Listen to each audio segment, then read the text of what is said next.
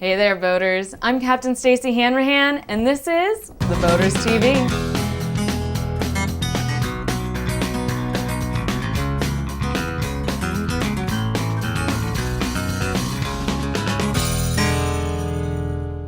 First up today in Ship Shape, we're liking the newest Grand Banks with Passagemaker magazine. Passagemaker's editor-in-chief, John Wooldridge, recently traveled halfway around the world to test the first Grand Banks 41 Heritage EU. And, as you'll see, it was worth the trip. The GB41 combines the traditional design of the Heritage series with revolutionary features, including a state-of-the-art drive propulsion system. This long-distance cruiser is fitted with a pair of 380 horsepower Cummins Mercruiser diesel Zeus drives.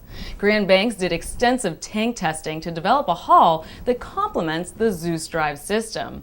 It's a modified deep V with a GB traditional 3/4 length keel that protects the running gear and doesn't compromise thrust. The Zeus system layout moves the engines aft, making room for a full beam storage compartment midship beneath the saloon. It has plenty of space for a washer dryer, tool chest, water maker, and other optional equipment. The flybridge deck and hull all have foam cores and are infused with vinyl ester resin.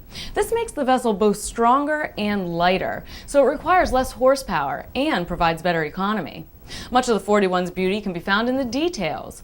Dual handrails make climbing the molded stairs to the flybridge easy and safe. Up top, there's a full-width helm console, room for 1 or 2 companion helm seats, a large L-shaped settee, and a custom teak table. Speaking of teak, the 41's interior is draped in it, from the saloon sole to the ceiling strips in the master stateroom. You can even find teak tread stairs leading into the large engine room. Now, this was just a sneak peek at Grand Banks' newest. John shares much more, including his experience behind the joystick and info on ePlex, the 41's advanced electrical control system. So, pick up a copy of the October issue of Passagemaker magazine.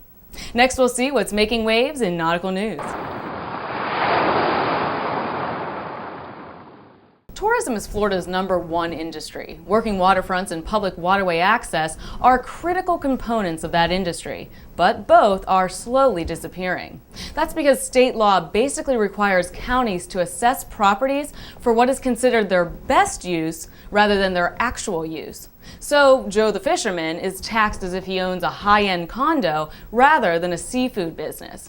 But that may change. Tomorrow, Florida voters will decide on a proposed constitutional amendment that requires 60% of the vote to pass. A yes vote for Amendment 6 would tax publicly accessible marinas, commercial fishing businesses, and waterfront marine manufacturing facilities based on their current use, not what they might become.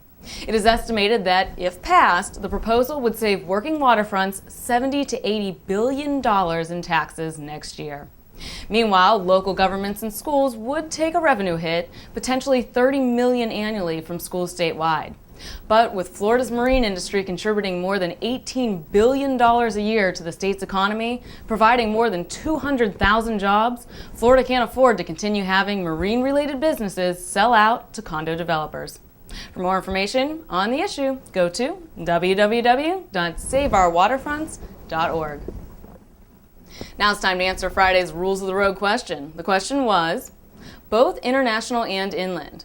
A vessel is in sight of another vessel when A, she can be observed by radar, B, she can be observed visually from the other vessel, C, she can be plotted on radar well enough to determine her heading, or D, her fog signal can be heard. And the answer is B. She can be observed visually from the other vessel. So a vessel is in sight with your eyeballs only, no radar.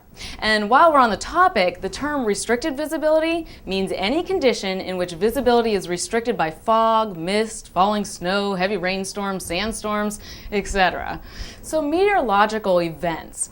A giant tanker ship in front of you is not a cause of restricted visibility.